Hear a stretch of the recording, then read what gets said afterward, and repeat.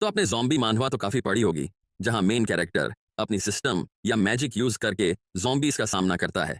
लेकिन क्या आपने कभी यह सोचा है कि कोई ऐसा बंदा जिसके पास किसी भी तरह की सिस्टम या पावर ना हो, वो ज़ॉम्बीज से कैसे लड़ेगा? क्योंकि आज की इस कहानी का मेन कैरेक्टर भी कुछ ऐसा ही है। तो चलिए देखते हैं कि एक कॉमिक आर्टिस्ट अपनी फैमिली और चाहने वालों को ज़ॉम्बी अपोकलिप्स में कैसे बचाएगा।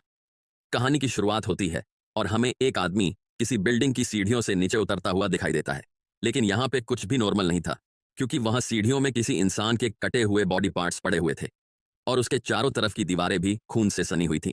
वो थोड़ा और नीचे उतरता है तो उसे उसी इंसान की बॉडी पड़ी हुई मिलती है, जो कि पूरी तरह से सड़ चुकी थी।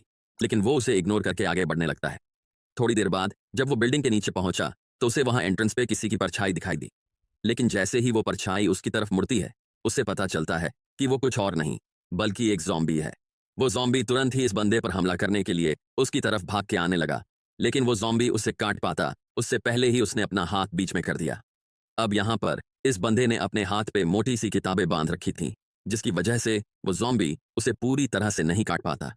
ये देखकर उस ज़ॉम्बी को और भी ज्यादा गुस्सा आ जाता है और वो उसे और जोर से काटने की कोशिश करने लगता है। लेकिन तभी इस बंदे ने अपने दूसरे हाथ में पकड़े हुए चाकू से उस ज़ॉम्बी के सर पे वार कर दिया। इस अचानक हुए हमले से वो ज़ॉम्बी थोड़ा लड़खड़ा के पीछे हट गया, लेकिन उस बंदे ने बिना कोई वक्त गवाए फिर से उस ज़ॉम्बी की गर्दन पे वार कर दिया। अब ये वार इतना जोरदार था कि उस ज़ॉम्बी का पूरा सर ही उसकी धड़ से अलग हो गया और इस तरह उस बंदे ने अपनी जान बचा ली। इसके बाद जब वो बिल्डिंग से बाहर निकला तो उसे सामने की तरफ लाल गाड़ी खड़ी हुई दिखी। उसने अपनी जेब से एक चाबी निकाली और भाग के उस गाड़ी की तरफ जाने लगा। वो गाड़ी में बैठा ही था कि अचानक से गाड़ी के बाहर एक ज़ॉम्बी आ गया और उसकी तरफ देखने लगा। लेकिन यहाँ पे उस ज़ॉम्बी की तो आंखें ही नहीं थीं, जिस वजह से वो गाड़ी के अंदर बैठे हुए बंदे को नहीं देख पाया और वहां से आगे निकल गया। उस ज़ॉम्बी के जाने के बाद इस बंदे ने चैन की सांस ली और गाड़ी का रियर व्यू मिरर ठीक करने लगा। और यहाँ पर हमें पहली बार इस बंदे की शक्ल दिखाई जाती है।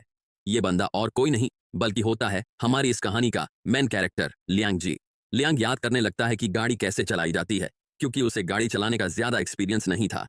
वो उसने ड्राइविंग स्कूल में जो भी सीखा था उसे याद करने लगा और थोड़ी देर बाद गाड़ी स्टार्ट करके वहां से निकल पड़ा। वो थोड़ा आगे बढ़ा ही था कि उसे सामने रास्ते में कुछ ज़ॉम्बीज दिखाई दिए, लेकिन उसने बिना हिचकिचाए उन ज़ॉम्बीज को अपनी गाड़ी से उड़ा दिया और आगे निकलने लगा। लेकिन तभी अचानक अपने सामने का नज़ारा देखकर वो हैरान रह गया। उसके माथे पे पसीना आने लगा, क्योंकि उसके सामने दूर दूर तक जहां तक नजर जाए वहां तक बस ज़ॉम्बीज ही ज़ॉम्बीज थे। थोड़ी देर सोचने के बाद उसने मन ही मन कुछ डिसीजन लिया और अपने पैर से एक्सीलेटर को पूरा दबा दिया, जिसकी वजह से उसकी गाड़ी पूरी तेजी से उन ज़ॉम्बीज के झुंड की तरफ जाने लगी। लेकिन ज़ॉम्बीज से टकराते ही उसकी गाड़ी के आगे के शीशे टूटने लगे। जैसे जैसे और ज़ॉम्बीज टकराते जा रहे थे, वैसे वैसे उसकी गाड़ी के शीशे और तेजी से टूट रहे थे।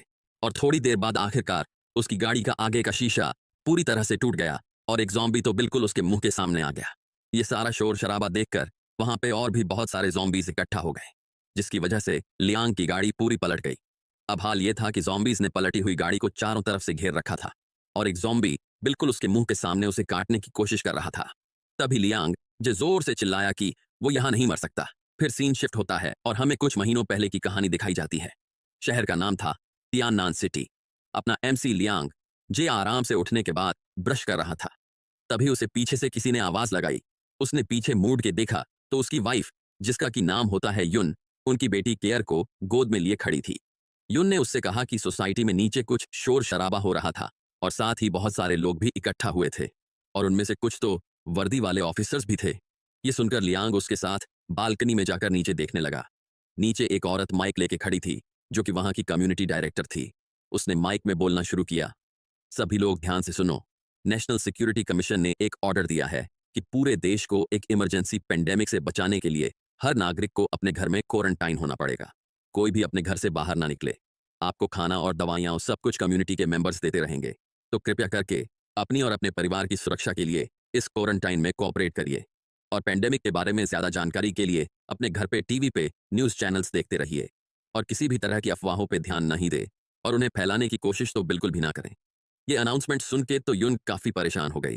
वो लियांग से कहने लगी कि शायद एपिडेमिक की हालत कुछ ज्यादा ही बिगड़ गई है। उसे तो बहुत चिंता हो रही है, क्योंकि अभी तो केयर भी बहुत छोटी थी। लियांग ने उसे शांत करवाया और कहा कि अरे, सब कुछ ठीक हो जाएगा। कोरोना वायरस भी तो कितना खतरनाक था, लेकिन फिर भी वो जल्द ही कंट्रोल में आ गया था ना। क्वारंटाइन ऐसी बीमारियों को रोकने के लिए सबसे बेस्ट सॉल्यूशन है। गवर्नमेंट जिस हिसाब से इस पर काम कर रही है, ये थोड़े ही दिनों में कंट्रोल में आ जाएगा। और वैसे भी क्वारंटाइन होने के कुछ फायदे भी तो हैं, जैसे कि अब हमें काम पे नहीं जाना पड़ेगा। हालांकि कंपनी वाले सैलरी देंगे कि नहीं ये तो नहीं पता। उसकी बातें सुनकर यून कहने लगी कि ऐसे टाइम पे भी उसकी मजाक करने की आदत नहीं गई। हाँ, ये सुन लियांग भी हंसते हुए टीवी चालू करने लगा। टीवी में न्यूज चल रही थी, जिसमें कि न्यूज एंकर बता रहा था कि अब तक पूरे देश से इस वायरस के 7,000 से भी ज्यादा केसेस सामने आ चुके थे। पिछले ही दिन लगभग 700 नए केसेस सामने आए थे और ये सब रोकने के लिए आज क्वारंटाइन का पहला दिन था। फिर वो न्यूज एंकर अपने साथ बैठे हुए प्रोफेसर से पूछने लगा कि प्रोफेसर जंग, क्या आपको लगता है कि आज से नए केस आने थोड़े कम हो जाएंगे?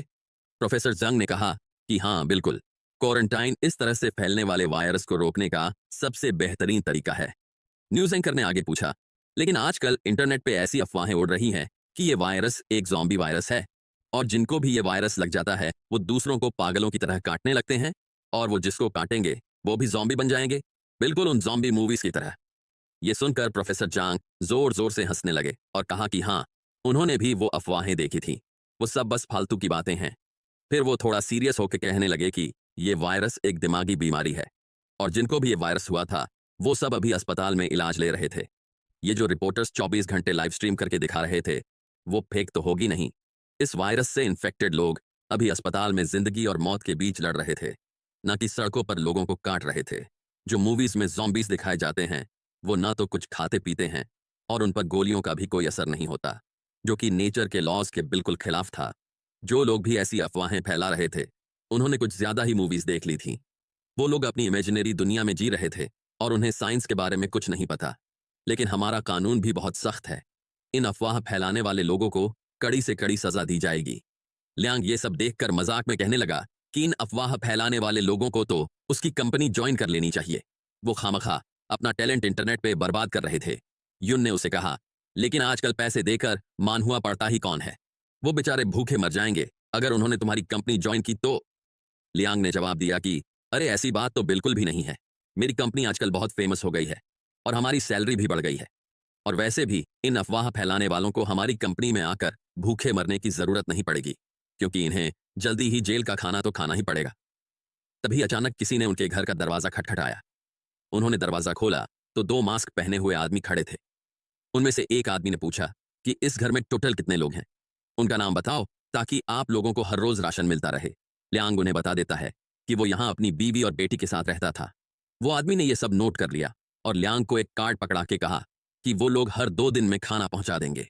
अगर आपको कोई और मदद चाहिए तो इस कार्ड पे दिए गए नंबर पर कॉल कर देना। अगले दिन सुबह लियांग आराम से सोकर उठा। उसने युन से कहा कि अब तो वो जितना चाहे उतनी देर तक सो सकता था, क्योंकि न तो काम पे जाने का कोई टेंशन था और खाना भी घर पे आ जाता था। ऐसा लग रहा था कि आखिरकार इतने साल टैक्स भरने का कुछ तो फायदा हुआ। पर युन काफी उदास थी। उसने कहा कि पिछले कुछ दिनों से ऐसा लग रहा था कि मानो वो लोग जेल में बंद हों। केयर भी बाहर जाने की जिद पकड़ के बैठी थी, अब क्या करे। तभी केयर वहां आ गई और कहने लगी कि पापा बाहर जाना है। यह सुनकर लियांग ने प्यार से उसका सिर सहलाया और कहने लगा कि बेटा, अभी हम बाहर नहीं जा सकते, क्योंकि इस वक्त बाहर एक बीमारी फैली हुई है और अगर तुम्हें वो बीमारी लग गई तो तुम्हें इंजेक्शन लगवाना पड़ेगा। अब बताओ, क्या तुम्हें इंजेक्शन लगवाना है? केयर कहने लगी कि ना, नहीं लगवाना। लियांग उसे देखकर मुस्कुराने लगा और कहा कि चलो केयर, अभी मैं तुम्हारे लिए टीवी पे कार्टून लगाता हूं। और इतना कह के उसने टीवी चालू कर दिया। टीवी पे हमें वही दो एंकर और प्रोफेसर दिखते हैं जो कि बता रहे थे कि उनके पास एक बहुत ही अच्छी खबर थी। पिछले दिन पूरे देश से इस वायरस का एक भी केस सामने नहीं आया। इससे साबित होता है कि ये वायरस अब कंट्रोल में आ चुका है। ये खबर सुनकर लियांग कहने लगा कि अब ये वायरस कंट्रोल में आ ही चुका है तो क्वारंटाइन भी जल्द ही खत्म हो जाएगा। और यून भी खुश थी कि चलो आखिरकार ये वायरस कंट्रोल में आ ही गया, क्योंकि पिछले कुछ दिन तो उससे बहुत मुश्किल से कटे थे। तभी अचानक से टीवी की स्क्रीन डिम हो गई और फिर तुरंत ही टीवी बंद हो गया।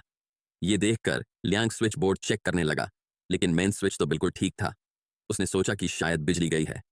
जब वो लोग बालकनी में गए तो वहां पर और भी कई सारे लोग घरों से निकलकर बाहर आ चुके थे। उनमें से किसी आदमी ने लियांग से पूछा कि क्या तुम्हारे घर पे बिजली है? लियांग ने उसे न में जवाब दिया। तभी नीचे बैठा एक ऑफिसर माइक में बोलने लगा। उसने कहा कि ये बस बिजली का एक टेम्पररी कट है और बिजली जल्द ही वापस आ जाएगी। तो सब लोग शांत होकर आराम से बैठे। तभी वहां पर 2-3 लोग सीढ़ियां उतरकर नीचे आ गए। ये देखकर वो ऑफिसर उन्हें बताता है कि अभी क्वारंटाइन खत्म नहीं हुआ इसलिए वो लोग अभी के अभी वापस अपने घर पर चले जाएं। लेकिन वो तीनों बंदे भी वापस जाने के मूड में नहीं थे। उनमें से एक आदमी ने कहा कि वायरस तो वैसे भी कंट्रोल में आ ही चुका है और इसलिए क्वारंटाइन भी जल्द ही खत्म हो जाएगा। वो लोग इतने दिनों से घर में रहकर ऊब चुके थे, तो उन्हें बस थोड़ी खुली हवा खानी थी। तभी केयर धुआं धुआं बोलकर चिल्लाने लगी। जब लियांग ने वहां देखा तो पास ही की बिल्डिंग के पीछे से काला धुआं उठ रहा था। वहीं नीचे की ओर दो ऑफिसर्स ने उन आदमियों पर बंदूक तान दी थी। माइक वाला ऑफिसर कहता है कि अब तक हमें क्वारंटाइन खत्म होने का कोई भी आदेश नहीं मिला, इसलिए तुम लोग अभी के अभी वापस अपने घर चले जाओ, वरना हमें तुम लोगों को जबरदस्ती क्वारंटाइन में डालना पड़ेगा। तभी अचानक कहीं से गोलियां चलने की आवाज आने लगी, जिसे सुनकर नीचे खड़े सब लोग चौंक गए। माइक वाला ऑफिसर पूछने लगा कि ये गोलियों की आवाज कहां से आ रही थी, लेकिन किसी को भी इस बात का कोई अंदाजा नहीं था। गोलियों की आवाज लगातार आई ही जा रही थी, जिन्हें सुनकर लियांग युन और केयर को प्रोटेक्ट करने के लिए उनके आगे आ गया। तभी अचानक पीछे की गली से एक बंदा दौड़ते हुए आया, जिसे देखकर सब लोग उस तरफ देखने लगे। तभी वो बंदा अपने घुटनों पर बैठ गया और तुरंत ही मुंह के बल जमीन पर गिर गया। ये सब देखकर किसी को भी कुछ भी समझ में नहीं आ रहा था। तभी अचानक उसी गली से एक बहुत बड़ा झुंड भाग के सामने आ गया। उस झुंड के थोड़ा आगे आते ही सबको पता चल गया कि ये तो एक ज़ॉम्बीज़ का झुंड था। ये देखकर नीचे खड़े सब लोग डर के मारे सीढ़ियों की तरफ भागने लगे। वो लोग अपना पूरा जोर लगाकर भाग रहे थे, लेकिन तब तक वो ज़ॉम्बीज़ एक ऑफिसर के काफी पास आ गए। वो अपनी गन से एक ज़ॉम्बी पर गोलियां चलाने लगा, लेकिन उस पर गोलियों का कोई असर नहीं होता और वो आगे आकर उस ऑफिसर की गर्दन पर काट लेता है। उसके पीछे एक के बाद एक कई सारे और ज़ॉम्बीज़ भी उस ऑफिसर को पकड़कर काटने लगे। वो ऑफिसर अभी भी अपनी गन से गोलियां चलाए जा रहा था, लेकिन उसका कोई फायदा नहीं होता और ज़ॉम्बीज़ ने उसे वहीं दबोच लिया। उसके आगे भाग रहे लोग भी अब तक ज़ॉम्बीज़ की पकड़ में आ चुके थे और उनका अंत भी उसी ऑफिसर की तरह हो गया। उन्हें निपटाने के बाद सारे ज़ॉम्बीज़ ऊपर की तरफ भागने लगे, जिसे देखकर बालकनी में खड़े लोग डर जाते हैं। वही ये सब देख के लियांग डर के मारे अपनी जगह पर जम चुका था।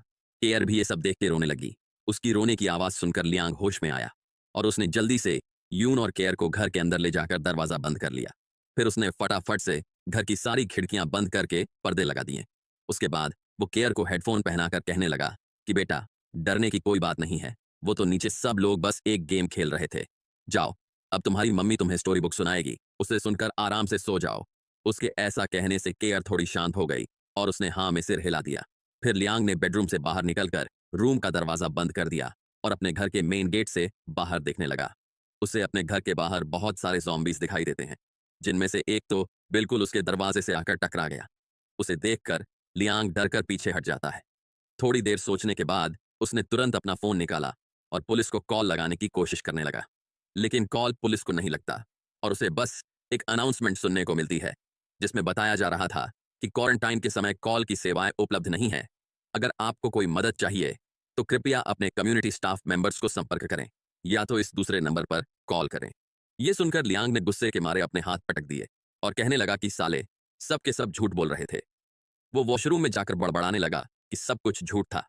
फिर उसने जैसे ही मुंह धोने के लिए नल चालू किया तो उसे पता चला कि पानी आना बंद हो चुका था। ये देखकर वो कुछ सोचने लगा और फिर तुरंत ही बाकी के सारे नल भी चेक करने लगा, लेकिन किसी भी नल से पानी नहीं आ रहा था। वो जल्द ही भागते हुए गया और कबर्ड से एक प्लास्टिक का स्क्रोल और रस्सी निकालने लगा। वो ये सब सामान लेके बाथरूम में आया और वहां जो पानी से भरी हुई बाल्टी पड़ी थी, उसका ऊपरी हिस्सा प्लास्टिक से बांध दिया। तभी पीछे से यून आ गई और पूछने लगी कि वो ये क्या कर रहा है।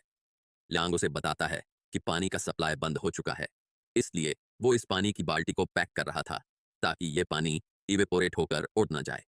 उसके बाद वो यून से पूछता है कि केयर की हालत अब कैसी है। यून ने उदास होते हुए पीछे से उसकी पीठ पे सिर रख लिया और बताने लगी कि केयर तो सो चुकी है। और फिर वो लियांग से पूछने लगी कि अब वो लोग क्या करेंगे, क्या कोई उन्हें बचाने के लिए आएगा, उनके पेरेंट्स कैसे होंगे। उसे काफी चिंता हो रही थी। उसकी बातें सुनकर लियांग बताता है कि फोन कॉल्स भी अब बंद हो चुके थे और उनके पेरेंट्स भी उनकी ही तरह घर पे बंद होंगे, लेकिन उनके पेरेंट्स की हालत उनसे तो बेहतर ही होगी, क्योंकि उन लोगों को अपने घर पर काफी सारा खाने का सामान इकट्ठा करने की आदत थी। वहीं यून रोते हुए उससे पूछने लगी कि क्या हम ऐसे ही मर जाएंगे, केयर भी अभी कितनी छोटी है। उसकी बातें सुनकर लियांग उसके कंधे पकड़कर कहने लगा कि मैं तुमसे वादा करता हूं कि हम में से कोई भी नहीं मरेगा। हम अपनी आंखों से केयर को बड़ा होता हुआ देखेंगे। तुम मुझसे वादा करो कि चाहे कुछ भी हो जाए तुम कभी भी हार नहीं मानोगी। मेरे और केयर के लिए ये वादा करो मुझसे। यून हाँ में सिर हिला देती है, जिसे देखकर लियांग को थोड़ी राहत होती है। फिर वो कहने लगा कि उसे तो अभी भी यकीन नहीं हो रहा था कि ये सब हकीकत में हो रहा है, लेकिन उसे राहत थी कि कम से कम वो लोग जिंदा और सेफ तो थे। अब उनके पास सब कुछ बेहतर होने का इंतजार करने के अलावा और कोई चारा नहीं था। वो आगे कहता है कि उन्हें काफी लंबे टाइम तक घर में रहना पड़ेगा, इसलिए खाना और पानी उनकी सबसे बड़ी समस्या थी, उन बाहर घूम रहे ज़ॉम्बीज़ से भी बड़ी समस्या। यून उसे बताती है कि उन्होंने क्वारंटाइन से पहले किराने का कोई भी सामान नहीं खरीदा था और कम्युनिटी वालों ने भी पिछले कुछ दिनों से बस फिक्स अमाउंट में ही खाना दिया था, इसलिए उनके पास ज्यादा खाना पानी नहीं था। लियांग ने कहा कि हाँ, उसे ये पता है, और उसने आगे सजेस्ट किया कि अब फिलहाल के लिए उन्हें गिन लेना चाहिए कि घर में टोटल कितना खाना और पानी था। उसके बाद वो लोग एक प्रॉपर प्लान बनाएंगे कि हर रोज कितना कुछ खाना है, जिससे कि वो लंबे टाइम तक खाना चला पाए। फिर वो दोनों ही घर में रखा सारा खाने का सामान एक जगह इकट्ठा करने लगे। यून उसे बताती है कि पिछली बार उन्होंने काफी सारा बच्चों का फॉर्म्यूला खरीदा था, क्योंकि उस पर सेल लगी हुई थी। तो अभी उनके पास उसके टोटल 11 बॉक्स बचे थे, जो कि 2 महीनों के लिए काफी थे। वहीं लियांग पीछे नोटबुक में ये सब कुछ लिखे जा रहा था। वो आगे बताती है कि उनके पास कुछ चावल, बीन्स एंड कॉर्न्स और कुछ काले चावल भी पड़े थे, जिनसे कि दलिया बनाया जा सकता था। इसके अलावा उनके पास कुछ ड्राई नूडल्स, इंस्टेंट नूडल्स और कुछ अंडे भी पड़े थे। और ऐसे करते हुए वो लोग एक के बाद एक घर में रखा सारा खाने का सामना लिख लेते हैं। उसके बाद लियांग एक टॉवल लेकर उसे फ्रिज के दरवाजे के बीच में लगा देता है। वो यून से कहता है कि फ्रिज का दरवाजा पूरी तरह से बंद मत करना, क्योंकि जब आसपास की हवा फ्रिज के अंदर जाएगी तो उससे पानी बनेगा। उसकी बात सुनकर यून पूछती है कि क्या तुम इस टॉवल की मदद से पानी इकट्ठा करोगे। लियांग ने उसका हाँ में जवाब दिया और कहा कि हमारे पानी के जग में बस 6 लीटर पानी और बाथरूम में आधी बाल्टी नल का पानी बचा है। गैस का सिलेंडर करीब आधा भरा हुआ था। हमें ऐसी चीजें पहले खा लेनी चाहिए जो कि लंबे टाइम तक रखी नहीं जा सकती, जिस खाने को पकाने की जरूरत ना हो और जिसे लंबे टाइम तक रखा जा सके, जैसे कि बिस्किट। उसे हम सबसे मुश्किल हालातों के लिए बचा कर रखेंगे।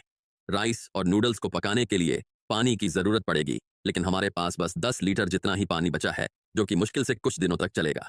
तभी अचानक से लियांग को कुछ याद आता है और वो खुश होते हुए कहता है कि अरे हाँ, मैं तो भूल ही गया था कि हमारे पास 40 लीटर पानी और भी है।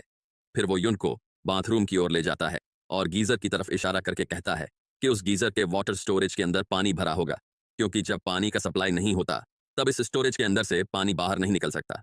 बस इस ठंडे पानी का वाल्व बंद करके ये सेफ्टी वाल्व चालू करो और पानी बाहर आने लगेगा। ये देखकर युन भी काफी खुश हो जाती है और कहती है कि इसका मतलब हमारे पास कुल मिलाकर 50 लीटर जितना पानी है। फिर तो हम चावल को आराम से पका पाएंगे, और इस सीजन में तो बारिश भी होगी, तो हम बारिश का पानी भी इकट्ठा कर सकेंगे। उसे सुनकर लियांग भी काफी खुश हो जाता है और युन से कहता है कि ये तुमने सही बात कही, तुम बेस्ट हो।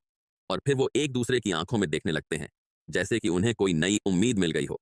वहीं हमें बाहर का सीन दिखाया जाता है, जहां हजारों की तादाद में ज़ॉम्बीज़ यहां वहां घूम रहे थे। बीच बीच में कहीं से किसी के चिल्लाने की, या तो गन की, या तो फिर कुछ फटने की आवाजें आ रही थीं, जैसे कि वो आवाजें बिल्डिंग के अंदर रह रहे लोगों को याद दिला रही हो कि ये जो कुछ भी हो रहा है वो हकीकत है, ना कि कोई सपना। जैसे जैसे ये वायरस फैलता जा रहा था, वैसे वैसे रोजमर्रा की छोटी मोटी मुश्किलें अब लोगों के लिए कोई मायने नहीं रखती थीं।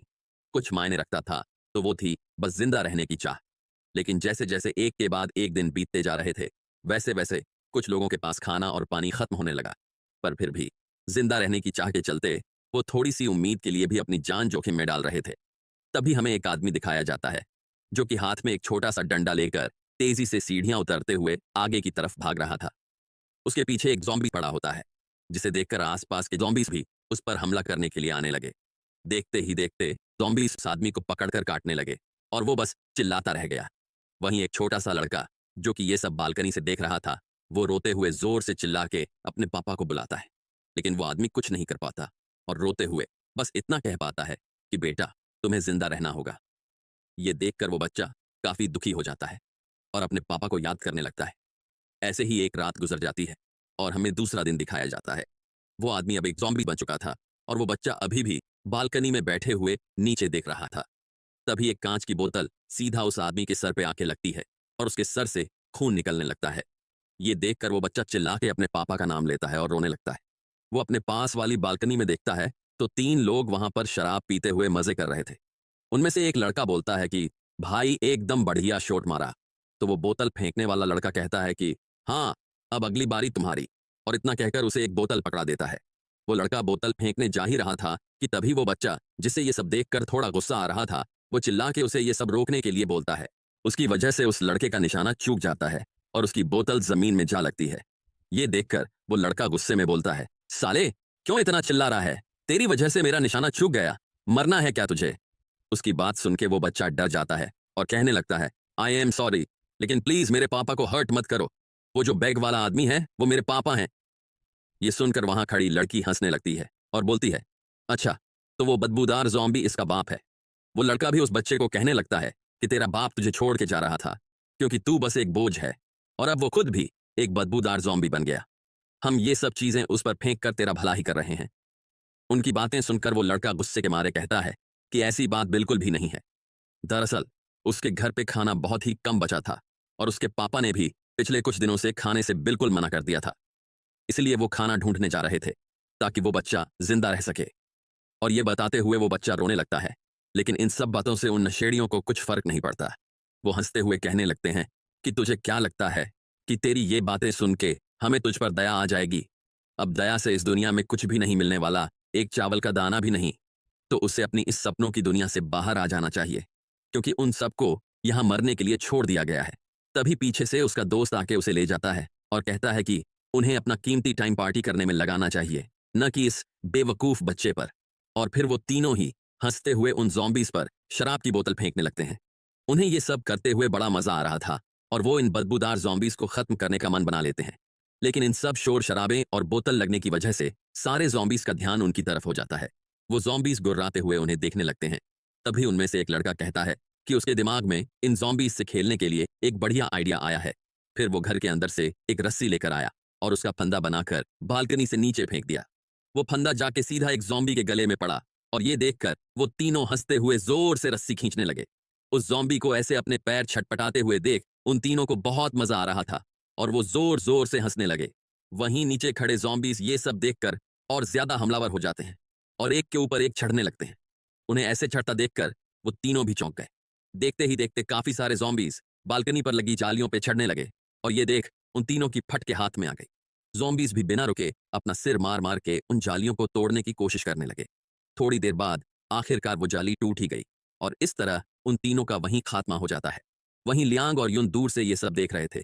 युन कहती है कि जैसी करनी वैसी भरनी, लेकिन लियांग को कुछ और ही बात का टेंशन हो रहा था। वो कहता है कि ये जालियां उसने जितना सोचा था उतनी मजबूत नहीं है, उसे इन्हें मजबूत करने के लिए कुछ करना होगा। तभी पीछे बैठी केयर पानी मांगने लगी, जिसे सुनकर वो पानी लेने चला गया। लेकिन यहां उसे पता चलता है कि प्योरीफायर में तो पानी था ही नहीं। फिर उसने उसके ऊपर से पानी का जार निकाला और उसके नीचे लगे फिल्टर में से बचा हुआ पानी बोतल में भरने लगा। केयर पानी की बोतल देख के खुश हो गई और पहले अपने मम्मी पापा को पानी पीने के लिए कहने लगी। उसकी बात सुनकर दोनों मुस्कुराने लगे और लियांग ने कहा कि उन लोगों ने बस अभी अभी पानी पिया है, इसलिए अब उनसे और नहीं पिया जाएगा, तो इसे केयर ही पी ले। अपने पापा की बात सुनकर वो भी आराम से पानी पीने लगी, जिसे देखकर वो दोनों मन ही मन खुश हो रहे थे। लेकिन उन दोनों की हालत बिल्कुल भी ठीक नहीं थी। उनका पूरा चेहरा फीका पड़ गया था, ठीक से खाना और पानी ना मिल पाने की वजह से। लियांग केयर से पूछता है कि क्या उसे एंग्री बर्ड्स खेलना है। केयर भी हंसते हुए बताती है कि हाँ, उसे एंग्री बर्ड्स खेलना बहुत पसंद है। फिर वो लोग मोबाइल पर एंग्री बर्ड्स खेलने लगे और लियांग केयर की स्किल्स की तारीफ कर रहा था। तभी केयर उसे बताती है कि फोन की बैटरी तो खत्म होने वाली है। ये सुनकर लियांग एक मोटर से बनाई हुई मशीन लेकर आता है और कहता है कि चिंता करने की कोई बात नहीं है, क्योंकि मोबाइल अभी चार्ज हो जाएगा। इतना कह के वो अपने हाथों से मोटर घुमाते हुए पावर बैंक को चार्ज करने लगा और पावर बैंक चार्ज होते ही वो उसे मोबाइल भी चार्ज करने लगता है। केयर भी यह देखकर बहुत खुश हो जाती है और थोड़ी देर और गेम खेलने के बाद वह आराम से सो जाती है। उसके सोने के बाद युन लियांग से कहती है कि उसे थोड़ा पानी पी लेना चाहिए, क्योंकि अगर लियांग को कुछ हो गया तो युन और केयर। लेकिन लियांग उसकी बात बीच में ही काटते हुए बोलता है कि तुमने भी काफी टाइम से पानी नहीं पिया, तो चलो साथ में ही थोड़ा पानी पी लेते हैं। युन मुस्कुराते हुए बताती है कि उसे बिल्कुल भी प्यास नहीं है और वैसे भी लियांग उससे ज्यादा इंपॉर्टेंट है, इसलिए उसे ही पानी पी लेना चाहिए। लियांग कहता है कि वैसे तो वो भी युन से ज्यादा स्ट्रांग है, इसलिए उसे भी पानी की कोई जरूरत नहीं है। उसकी बात सुनकर युन आखिरकार मान ही जाती है और पानी पीने के लिए तैयार हो जाती है। फिर वो दोनों ही हंसते हुए चीयर्स करके पानी पीने लगे। पानी पीने के बाद युन हंसते हुए बताने लगी कि उनकी अभी की सिचुएशन देखकर उसे एक मूवी याद आ गई जो उसने बचपन में देखी थी। कितनी अजीब बात थी कि जिस पानी को वो बिना कुछ सोचे वेस्ट कर देते थे, वही आज इतना कीमती बन चुका था। यह सब एक बुरे सपने जैसा था। काश यह बुरा सपना जल्द ही खत्म हो जाए। और सब कुछ पहले की तरह नॉर्मल हो जाए। और फनी बात तो यह थी कि वो यह सोचकर खुद को पिंच भी करती रहती थी इस सपने से जागने के लिए। यून की ऐसी हालत देखकर लियांग थोड़ा दुखी हो जाता है। तभी यून अपना सिर उठाकर कहती है कि अरे वो तो बस उसके साथ मजाक कर रही थी, ये तो बस उस मूवी की लाइनें बोल रही थी। और पूछती है कि कैसी थी उसकी एक्टिंग। लियांग भी मुस्कुराते हुए कहने लगा कि बहुत अच्छी एक्टिंग थी। उसने सोचा नहीं था कि यून के पास ऐसा भी कोई टैलेंट होगा। और फिर वो दोनों ही हंसने लगे। तभी अचानक उन्हें कुछ गिरने की आवाज आई, जिसे सुनकर वो दोनों ही चौंक गए। लियांग ने खिड़की का पर्दा हटाकर देखा तो उसे बालकनी में एक कागज का टुकड़ा दिखाई देता है। वो उसे उठाकर पढ़ने लगा। उसमें लिखा था कि मेरे बच्चे को बुखार आया है, तो क्या तुम्हारे पास कोई मेडिसिन है। दरअसल यह कागज भेजने वाला उसके सामने वाले घर से था। वो अपनी बालकनी से हाथ हिलाकर उसे बुला रहा था।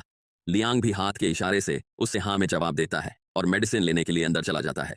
यून उसे पूछती है लेकिन वो मेडिसिन पहुंचाएगा कैसे। लियांग कहता है कि मेडिसिन फेंकना बहुत ही रिस्की होगा।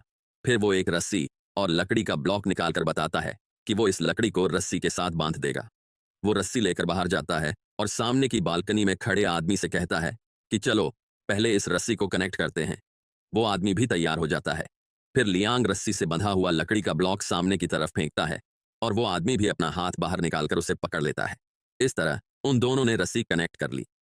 उसके बाद लियांग मेडिसिन को रस्सी के साथ बांधकर सामने की तरफ पहुंचाने लगा। नीचे खड़े ज़ॉम्बीज़ को इस बात का कोई अंदाजा नहीं था। और ऐसे ही मेडिसिन उस आदमी तक पहुंच गई। उसे लेने के बाद वो आदमी हाथ में एक पानी की बोतल पकड़कर दिखाता है और थोड़ी ही देर में वो बोतल रस्सी से लियांग तक पहुंच गई। उसके साथ एक चिट्ठी बंधी होती है जिसमें लिखा था कि ये तुम्हें हुई परेशानी के लिए। जैसे जैसे टाइम बीतता गया लोग इसी तरीके से सामान एक्सचेंज करना शुरू करने लगे। लेकिन पीने और खाने की सभी के पास कमी थी और हर कोई मुश्किल हालातों से गुजर रहा था। लियांग भी परेशान था। वो सोच रहा था कि पानी कहाँ से लाया जाए। अगर ऐसा ही चलता रहा तो वो सब प्यास से मर जाएंगे। उसे जल्द ही कुछ करना होगा। तभी उसका ध्यान बालकनी में पड़े एयर कंडीशनर्स के कंडेंसर यूनिट पर जाता है। वो सोचता है कि एयर कंडीशनर से कंडेंसेट पानी मिल सकता है। वो इसके कंप्रेसर के अंदर लगी मोटर को हाथ से घुमा सकता है जिससे कि ये एक कूलर बन जाएगा और उन्हें कंडेंसेट पानी मिलेगा।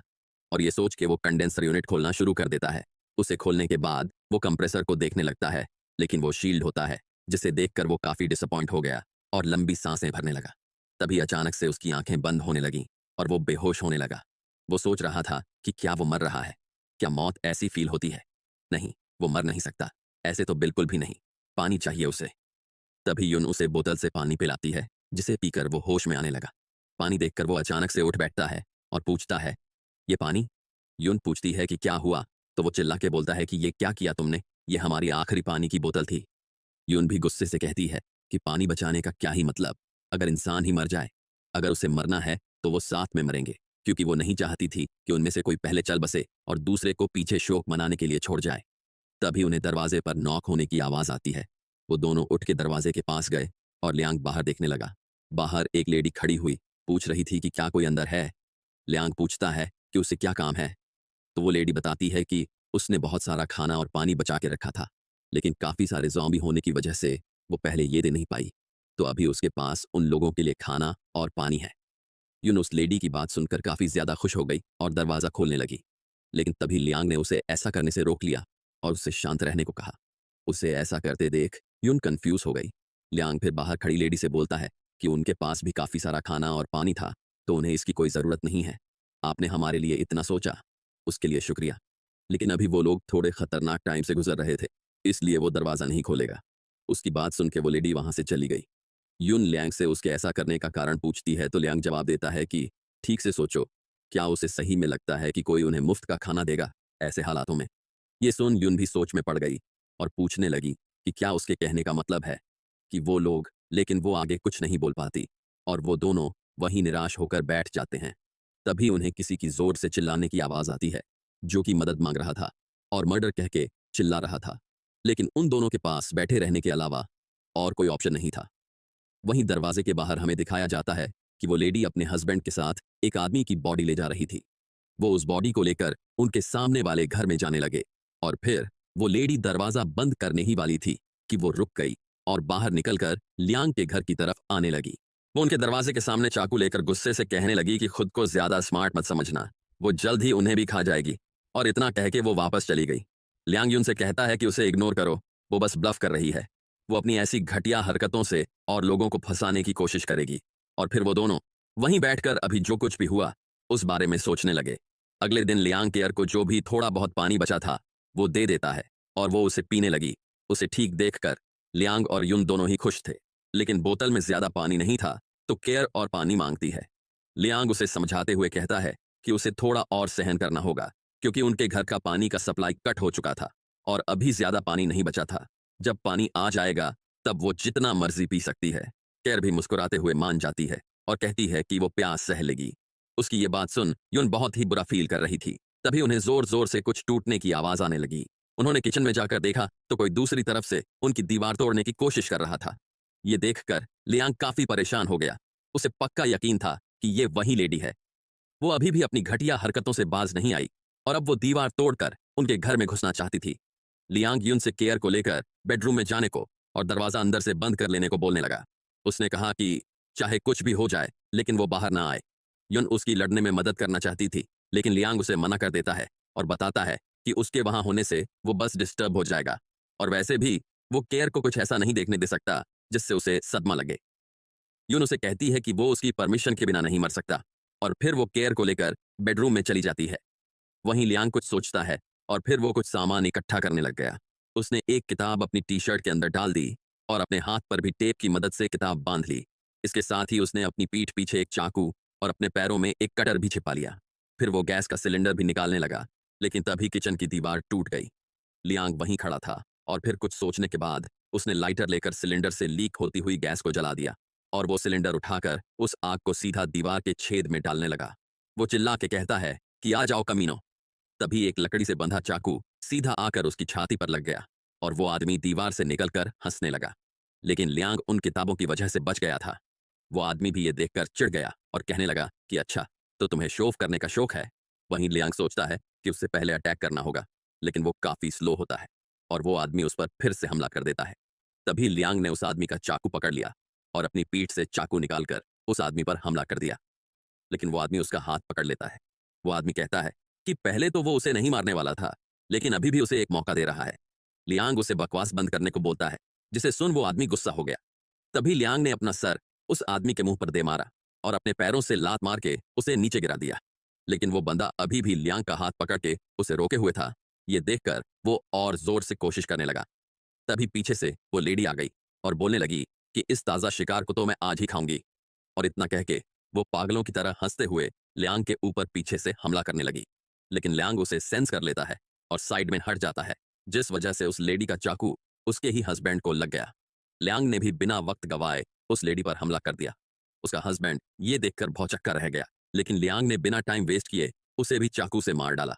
ऐसे ही उन दोनों को मारने के बाद उसने चैन की सांस ली और जमीन पर बैठ के अभी जो कुछ भी हुआ उसके बारे में सोचने लगा। थोड़ी देर बाद वो दीवार में बने छेद से पास वाले घर में जाने लगा। वो उस घर में किचन और हॉल हर जगह चेक करने लगा। ऐसे ही जब उसने एक दरवाजा खोला तो वो चौंक गया, क्योंकि उसे वहां लोगों की बॉडी पड़ी हुई दिखती है। ये देखकर उसने अपने मुंह पे हाथ रख लिया। तभी उसकी नजर पास ही में रखे कबर्ड पर पड़ती है। उसने उस कबर्ड को खोला तो उसमें 2 पानी की बोतल रखी हुई थी। वो उस बोतल का ढक्कन खोल के उसे सूंघने लगा और जब उसे सब सही लगा तो उसने उन बोतलों को अपने पास रख लिया। उसके बाद जब वो वापस जा रहा था तो उसे टेबल पर गाड़ी की चाबी दिखाई दी, जिसे उसने ले लिया। फिर वो वापस से अपने घर में जाकर यून को बेडरूम से बाहर आने को बोलता है, क्योंकि अब सब सेफ था। उसकी आवाज सुनकर यून खुशी से केयर को लेकर बाहर आ गई और लियांग से पूछने लगी कि क्या उसे कहीं चोट लगी है। उसने जवाब दिया कि वो बिल्कुल ठीक है। उसके घाव ज्यादा गहरे नहीं थे, लेकिन फिर भी उसे टांके लगाने पड़ेंगे। वहीं केयर उससे पूछती है कि उसे क्या हुआ था, लेकिन वो कहता है कि वो बिल्कुल ठीक है और उसे पानी पीने को देता है। उसके बाद युन लियांग को टांके लगाकर पट्टी कर देती है, लेकिन उसे काफी दर्द हो रहा था। वो उन दोनों से कहता है कि वो थोड़ा थका हुआ था तो उसे थोड़ी नींद चाहिए। उसकी ऐसी हालत देखकर युन और केयर दोनों ही परेशान हो गए और युन वहीं उसके पास ही सो गई। जब थोड़ी देर बाद उसकी आंख खुली तो उसे लियांग बेड पर नहीं दिखता। उसने बाहर जाकर देखा तो वो और केयर बालकनी के पास खड़े थे। उसने लियांग से पूछा कि वो यहाँ क्या कर रहा था। वो बताने लगा कि उसे पड़ोसी के घर से कुछ बैटरी मिली थी। अगर सब कुछ ठीक रहा तो वो इस कंप्रेसर को चालू कर पाएगा और वो लोग कंडेंसेट पानी बना पाएंगे। वो तीनों ही बेचैनी से कंडेंसर को देखने लगे। थोड़ी देर तक तो कुछ नहीं होता, लेकिन फिर पाइप में से थोड़ा थोड़ा पानी आने लगा। ये देखकर तीनों बहुत ही खुश हो गए और लियांग ने कहा कि आखिरकार उसे पानी मिल ही गया। कुछ टाइम बाद लियांग बैठे बैठे चाबी को देख रहा था और उसके मन में काफी कुछ चल रहा था। युन उसे ऐसे देखकर पूछने लगी कि वो क्या देख रहा है, क्या उसे सोना नहीं है। लियांग ने उसे पूछा कि क्या उसे याद है कि उनके पड़ोसी के पास एक छोटी गाड़ी है। उसे उनके घर से उसी गाड़ी की चाबी मिली थी। वो गाड़ी सीढ़ियों से 5 या 6 मीटर दूर थी। वो यहाँ खिड़की से भी दिख रही है। उसने उन पड़ोसी को क्वारंटाइन से एक दिन पहले गाड़ी चलाते हुए देखा था, तो उसे यकीन था कि वो अभी भी चालू तो होगी।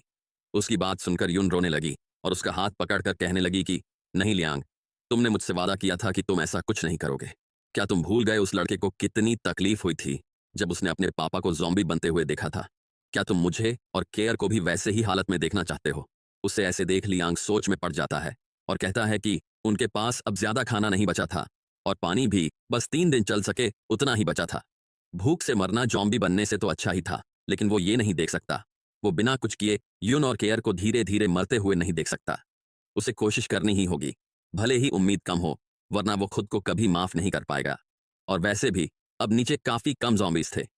अगर किस्मत अच्छी रही तो गाड़ी तक उसे कोई भी ज़ॉम्बी नहीं मिलेगा, और अगर ज़ॉम्बी मिल भी गए तो वो गाड़ी तक थोड़ी बहुत तैयारी, जैसे कि मोटे विंटर क्लोथ्स और कुछ प्रोटेक्टिव गियर पहन के पहुंच सकता है। यूना पूछती है, लेकिन उसके बाद क्या? तुम्हारे पास तो ड्राइविंग लाइसेंस भी नहीं है। लियांग कहता है कि हाँ तो क्या हुआ, किस बात का टेंशन? ट्रैफिक पुलिस तो होगी नहीं रोड पर, और वैसे भी उसने सेकंड ड्राइविंग टेस्ट पास कर ही लिया था और उसे काफी हद तक गाड़ी चलाना भी आता था।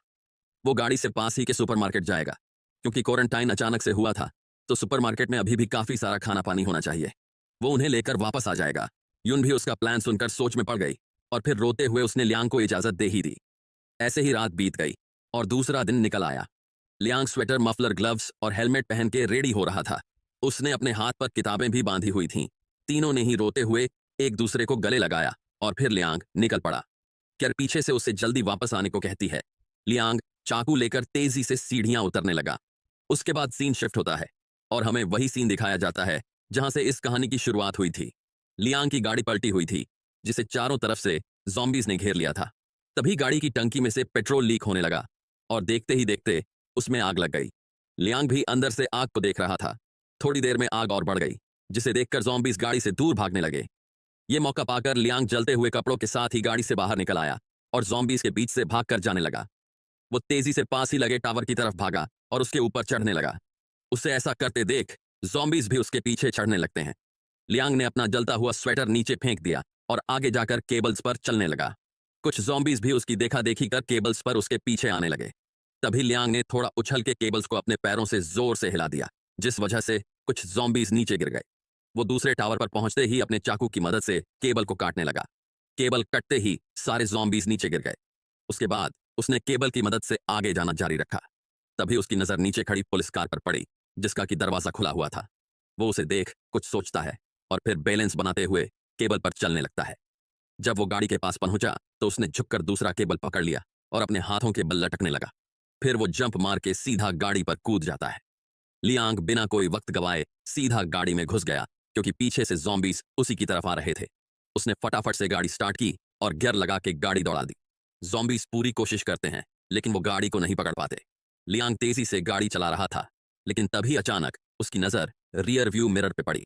वो देख के उसके पसीने छूट गए, क्योंकि उसके पीछे की सीट में एक पुलिस वाला ज़ॉम्बी बना बैठा था। वो ज़ॉम्बी बिल्कुल उसके मुंह की तरफ काटने आ रहा था, लेकिन तभी लियांग ने जोर से ब्रेक लगा दी। उसके अचानक ब्रेक लगाने से वो ज़ॉम्बी उड़ता हुआ गाड़ी का शीशा तोड़ के बाहर जा गिरा। फिर उसने वापस से गाड़ी चलाना शुरू किया, लेकिन उसकी गाड़ी के आगे बहुत सारे ज़ॉम्बीज खड़े थे। वो बिना गाड़ी रोके उन्हें टक्कर मारता हुआ आगे बढ़ने लगा, लेकिन तभी एक ज़ॉम्बी उसकी गाड़ी पे चढ़ गया।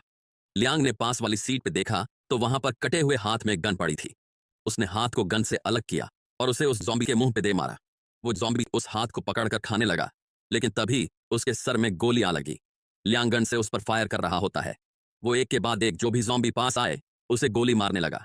तभी एक ज़ॉम्बी उसके बहुत ही करीब आ गया, जिसे देखकर उसने तेजी से गाड़ी मोड़ ली। इस वजह से उस ज़ॉम्बी का हाथ कट गया। उसकी गाड़ी कई सारे ज़ॉम्बी से टकराते हुए सीधा पास ही में लगी रेलिंग की तरफ जाने लगी। उसके टकराते ही वो रेलिंग टूट गई और गाड़ी सीधा पानी में गिरने लगी। उसके पीछे पीछे कुछ ज़ॉम्बीज भी कूद पड़े। नीचे एक कनाल बह रही थी, जिस वजह से गाड़ी में पानी भरने लगता है। जब लियांग ने बाहर देखा तो ज़ॉम्बीज डूब रहे थे। उसने नोटिस किया कि ज़ॉम्बीज से तैरा नहीं जा रहा था और वो बस डूब रहे थे। ये देखकर वो गाड़ी से बाहर निकला और तैरते हुए सतह पर आ गया। फिर वो तैर के कनाल में आगे बढ़ने लगा। तभी उसे साइड में एक बड़ी सी पाइप दिखती है। वो जाकर उस पाइप में घुस गया। लेकिन अभी जो कुछ भी हुआ उसकी वजह से उससे काफी इंजरी हो गई थी और वो बेहोश हो गया। ऐसे ही दिन बीत जाता है और रात हो गई। लियांग अभी भी बेहोश पड़ा था। उसके ऊपर कीड़े घूम रहे थे। वो सपना देख रहा होता है जहां बहुत सारे ज़ॉम्बीज केयर पर हमला कर रहे थे। ये देखकर लियांग केयर का नाम पुकारते हुए चौंक कर उठ गया। उसे अपने आगे अंधेरी टनल दिखती है। उसने उसमें आगे बढ़ना चालू कर दिया। इस पाइप में बहुत कचरा जमा हुआ था। लियांग अपने हाथों से उस कचरे को हटाता है और पाइप के आखिरी छोर तक पहुंच जाता है। वहां उसे सीढ़ियां दिखती हैं जिन्हें पकड़ के वो ऊपर चढ़ने लगा। तभी एक सीढ़ी टूट गई और उसका पैर फिसल गया। वो उस टूटी हुई सीढ़ी को देखता है और फिर कुछ सोचकर उसे उठा लेता है। जब उसने ढक्कन खोल के नाली से बाहर झांका तो उसे कुछ ज़ॉम्बीज दिखाई दिए। उन्हें देखकर वो वापस अंदर चला गया। दूसरी किसी गली में एक ज़ॉम्बी पीछे मुड़ के देखता है लेकिन उसे कुछ नहीं दिखता, इसलिए वो वहां से आगे चला जाता है। तभी पीछे से ढक्कन खोल के लियांग ऊपर आ गया। उसने पास ही के दरवाजे पर लगे ताले को देखा और उस टूटी हुई सीढ़ी के सलिए से वो ताला तोड़ने लगा। लेकिन वो ताला काफी मजबूत था जिस वजह से सलिया भी मुड़ जाता है। इतनी मेहनत करके लियांग थकान के मारे हांफने लगा। फिर वो वापस से उस ताले को तोड़ने की कोशिश करने लगा और उसके काफी जोर लगाने के बाद आखिरकार वो ताला टूट ही गया। उसके बाद लियांग दरवाजा खोलकर अंदर जाने लगा। अंदर उसे एक लंबा सा गलियारा दिखा। वही कोने में कुछ लकड़ियां और बॉक्स भी पड़े थे। वो थोड़ा और आगे बढ़ा तो उसे एक टूटा हुआ दरवाजा दिखा। दरवाजा देखकर ऐसा लग रहा था कि किसी ने उसे जबरदस्ती तोड़ा हो। वो उससे अंदर जाता है तो सुपरमार्केट के सारे रैक खाली पड़े थे। वो भागते हुए हर जगह ढूंढने लगा लेकिन उसे कुछ नहीं मिलता। उसने इधर उधर देखा तो उसकी नजर पास ही की दीवार में बने छेद पर पड़ती है। वो उसके अंदर जाता है तो वहां एक और गलियारा था। वो संभलते हुए आगे बढ़ने लगा। वहां नीचे जमीन और दीवारों पे खून के धब्बे लगे थे। तभी अचानक से उसे एक छोटी बच्ची दिखाई देती है जो कि पानी की बाल्टी पकड़े हुई थी। वो दोनों ही एक दूसरे को देखकर चौंक गए और वो बच्ची बाल्टी को वहीं गिरा के भागने लगी। वो तेजी से दीवार में बने छेद में घुस गई। लियांग उस पानी की बाल्टी के पास जाता है और उसे उठा के पीने लगता है। इसके बाद हमें एक बदसूरत सा मोटा आदमी दिखाया जाता है जो कि सिगरेट पीते हुए एक औरत के साथ मजे कर रहा था। वो उस औरत से बोलता है कि कमीनी कहीं की, मरे हुए इंसान की तरह क्यों बिहेव कर रही है, थोड़ा कोऑपरेट कर और मजे ले। और इतना बोल के वो जोर जोर से हंसने लगा। तभी वो बच्ची वहां अपनी मम्मी का नाम पुकारते हुए आ गई, लेकिन उसको ऐसी हालत में देखकर उसने अपनी नजर फेर ली। उसे देख वो आदमी गुस्से के मारे उसका हाथ पकड़कर मारने लगा। वो उसे कहता है कि नाकारा, कहीं की तेरी हिम्मत कैसे हुई मेरा मूड खराब करने की। अगर तेरी माँ मुझसे भीख नहीं मांगती तो मैं कब का तुझे ज़ॉम्बीज़ को खिला देता। तभी उसे अपने सर पे गन महसूस होती है और वो चौंक जाता है। लियांग उस आदमी के सर पे गन ताने खड़ा था जिसे देखकर वो आदमी कांप रहा था। वो आदमी कहता है कि अरे भाई, इतना गुस्सा क्यों हो रहे हो। वो कहता है कि वो एक अच्छा आदमी है और इस बच्ची को बस सबक सिखा रहा था, क्योंकि हीरा जब घिसेगा तभी तो चमकेगा। लेकिन वो बच्ची जाकर लियांग के पीछे छिप गई। वो आदमी बोलता है कि अगर लियांग इतने सारे ज़ॉम्बीज़ के बीच यहां तक पहुंच पाया तो इसका मतलब है कि वो एक ग्रेट हीरो है। वो उसके जैसे हीरोज की बहुत रिस्पेक्ट करता है। फिर वो पास ही के सामान की तरफ इशारा करके कहता है कि वो जितना चाहे उतना सामान यहां से ले जा सकता है, जितना चाहे खाना खा सकता है। तभी वो औरत चिल्ला के बोलती है कि उस आदमी पर भरोसा मत करना, क्योंकि वो बहुत ही नीच किस्म का इंसान था और उसने बहुत सारे क्राइम किए थे। उसने अपनी मीठी बातों में फंसाकर बहुत सारे लोगों को मारा था, उसके हस्बैंड को भी। और इतना कहकर वो रोने लगी। वो आदमी ने उस औरत के बाल पकड़ लिए और उसे कमीनी कहते हुए बकवास बंद करने को बोला। वो कहता है कि क्या वो उसे मरवाना चाहती है बस इसीलिए कि उसने उसे पीटा था। तभी लियांग ने उसके मुंह पे गन तान दी, लेकिन अचानक ही उस आदमी ने घूम कर गन को दूर कर दिया और लियांग के मुंह पे पंच मारकर गन छीन ली। अब वो लियांग के मुंह पे गन रख के हंसने लगा, लेकिन तभी लियांग ने उस आदमी के सर पे सलिया मार के उसे बेहोश कर दिया। उसके बाद वो औरत लियांग के सामने अपने घुटनों पर बैठ के अपनी बेटी को चोट ना पहुंचाने के लिए भीख मांगने लगी। इसके बदले वो लियांग जो भी चाहे वो करेगी। लियांग उसे बताता है कि उसकी भी एक बेटी है जो कि इस बच्ची से भी छोटी है, इसलिए वो लोग चिंता न करे क्योंकि वो उन्हें हर्ट नहीं करेगा। वो अपनी गन रखते हुए पूछता है कि इस बिल्डिंग में कितने लोग हैं। वो लेडी बताती है कि पहले यहां पर 57 लोग थे, लेकिन अब बस वही बचे थे। लियांग उसकी हालत देखकर सोच में पड़ गया। उसने उस औरत से पूछा कि आखिर यहां हुआ क्या था। वो लेडी रोने लगी और उसने बताना शुरू किया कि ज़ॉम्बी एपोकलिप्स के शुरू होते ही सबसे पहली चीज जो लोगों को कम पड़ने लगी वो था पानी। उसके हस्बैंड एक इंजीनियर थे, तो उनके पास कुछ सामान था जो वो अपने काम के लिए यूज करते थे। उन्होंने जमीन के अंदर से पानी निकालने का प्लान बनाया और सारे लोगों के साथ उस पानी को बांटा। तभी हमें पास्ट का सीन दिखाया जाता है जहां उस लेडी का हस्बैंड जांग लोगों को पानी बांट रहा था। तभी एक दादी माँ वहां आती है और जांग से कहती है कि वो स्मार्ट और काइंड है, इसलिए उसे उनका लीडर बन जाना चाहिए। वो सब उसके ऑर्डर्स मानेंगे। उनकी बात सुनकर आसपास खड़े और लोग भी बोलने लगते हैं कि वो जांग की हर बात मानेंगे और उसका हर ऑर्डर पूरा करेंगे। जांग कहता है कि जब वो सब लोग उस पर इतना भरोसा दिखा ही रहे हैं, तो वो भी ट्राई करने के लिए रेडी है, क्योंकि जब तक सब साथ में हैं, तब तक वो कोई भी मुश्किली का सामना कर सकते हैं। अब पानी की प्रॉब्लम तो सोल्व हो गई थी, लेकिन खाने की प्रॉब्लम अभी भी थी। अब उन्हें इस कन्वीनियंस स्टोर की दीवार तोड़नी होगी, लेकिन ये दीवार काफी मजबूत है, तो इसे तोड़ने में उसकी हेल्प कौन करना चाहेगा। उसकी बात सुन के सारे लोग एक के बाद एक हाथ उठा के हेल्प करने के लिए तैयार हो गए। उनमें वो बदसूरत झिंगुर भी शामिल था। इसके बाद उन लोगों ने दीवार तोड़ने का काम शुरू कर दिया। जांग दीवार तोड़ते हुए काफी थक गया था, जिसे देखकर वो झिंगुर उसके पास आया और उसे आराम करने को बोला, और फिर वो खुद भी इस काम में लग गया। बाकी सारे लोग भी हथौड़े से दीवार तोड़ने का काम चालू रखते हैं और आखिरकार थोड़े टाइम बाद वो दीवार टूट ही गई। उसे देखकर सब लोग काफी ज्यादा खुश थे और जांग सबको खाने का सामान बांटने लगा। उसके बाद जांग ने सारे लोगों को इकट्ठा किया और कहने लगा कि ये जो अभी उन्हें खाना मिला था, वो बस एक टेम्परेरी सॉल्यूशन था। अगर उन्होंने ठीक से इस खाने को मैनेज नहीं किया, तो ये एक हफ्ते में ही खत्म हो जाएगा। लेकिन उन लोगों को चिंता करने की कोई जरूरत नहीं थी, क्योंकि वो लोग हर रोज कितना फूड सबको मिलेगा ये अनाउंस कर देंगे। और जहां तक रही बात खाने की, तो इसे संभालने की, मैनेज करने की और बांटने की जिम्मेदारी वो लोग इन बुजुर्ग दादा जाओ और दादी ली को देंगे। लेकिन वो लोग चाहे कितना भी खाना बचा ले, वो एक ना एक दिन तो खत्म हो ही जाएगा। इसलिए खेती ही इस प्रॉब्लम का एकमात्र सॉल्यूशन है। उसकी बात सुन के सब लोग सरप्राइज हो गए। एक बंदे ने पूछा कि क्या तुम्हारे कहने का मतलब है कि हम अपना खुद का खाना उगाएंगे? जांग उसे हाँ में जवाब देता है और कहता है कि उनके पास पानी तो पहले से है ही, और वो लोग खेती के लिए मिट्टी ग्राउंड फ्लोर से छत और दूसरी जगहों पे ले जाएंगे। वो लोग आलू, सोयाबीन, मक्का और भी बहुत कुछ उगा सकते थे। अगर सब कुछ सही रहा, तो बस 3 महीने के अंदर ही वो लोग खुद के उगाए हुए आलू खा रहे होंगे और उनकी खाने की प्रॉब्लम भी हमेशा के लिए सोल्व हो जाएगी। उसका ये आइडिया सब लोगों को काफी पसंद आया और वो उसकी तारीफ करने लगे। इसके बाद हमें एक आलू दिखाया जाता है, जिसे कि चाकू से काट के मिट्टी में बोया जा रहा था। ये काम जांग की बेटी शाओली कर रही थी। वहां पर और लोग भी नीचे से मिट्टी ला ला के डाल रहे थे। शाओली अपनी माँ से पूछती है कि क्या आलू ऐसे ही उगेंगे।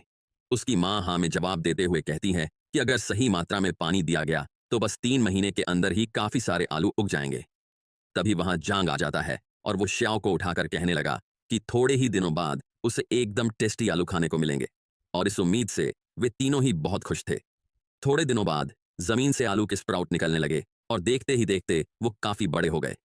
लेकिन हमें दिखता है कि कोई आदमी उन आलू के स्प्राउट को तोड़ रहा था। वो उन्हें कच्चा ही खाने लगा। उसने सारे आलू अपने मुंह में डाल लिए। तभी वहां जांग आ गया और उसे धक्का मारकर नीचे गिरा दिया। जांग ने उसे गुस्से के मारे पूछा कि साले, ये क्या कर रहा है तू? ये तो बस अभी स्प्राउट ही हैं, ये 2 ही महीनों में पूरी तरह से आलू बन जाएंगे। उस आदमी ने कहा कि उसे बहुत भूख लगी थी। अगर जांग उसे पीटना चाहता है तो पीट दे, लेकिन जांग अपने हाथ बीच में ही रोक लेता है और उस आदमी को वहीं छोड़कर चला जाता है। उसे सीढ़ियों में बूढ़े दादा जाओ और दादी ली मिलते हैं। वो उसे बताते हैं कि उन्हें उससे कुछ जरूरी बात करनी थी। फिर वो जांग को ले जाकर चुपचाप दरवाजा बंद कर लेते हैं। लेकिन वो झींगुर वहीं कोने में खड़ा था। वो सोचने लगा कि यहाँ चल क्या रहा है। वहीं कमरे के अंदर दादा जाओ जांग को बता रहे थे कि वो पिछले कुछ दिनों से लोगों में बहुत ही कम खाना बांट रहे थे और इस वजह से लोग काफी नाराज थे। दादी ली और उन्हें चिंता थी कि अगर चीजें ऐसे ही चलती रहीं तो कुछ खतरनाक हो सकता था। इसीलिए वो इस बारे में बात करना चाहते थे कि क्या करना चाहिए। जांग उन्हें पूछता है कि अगर वो लोग अभी जैसे बांट रहे हैं वैसे ही बांटते रहें तो खाना और कितने दिनों तक चलेगा। दादा जाओ बताते हैं कि पिछली बार तय किए अनुसार उन्होंने सबको शांत रखने के लिए ये बोल रखा था कि उनके पास 2 महीने चले उतना खाना है, लेकिन सच्चाई तो यह थी कि उनका खाना ज्यादा से ज्यादा 1 महीना ही चलेगा।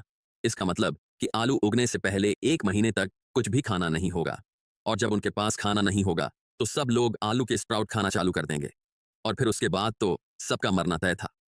उनको और दादी ली को चिंता थी कि खाना खत्म होने से पहले लड़ाई शुरू हो जाएगी। वैसे हालातों से निपटने के लिए उन्हें उम्मीद है कि जांग कुछ जवान और ताकतवर लोगों को अपनी तरफ कर ले। जांग उन्हें आश्वस्त कराते हुए कहता है कि ऐसा कभी नहीं हो सकता, क्योंकि वो सब लोग सालों से एक दूसरे के पड़ोसी थे। वो कोई बुरे लोग नहीं थे।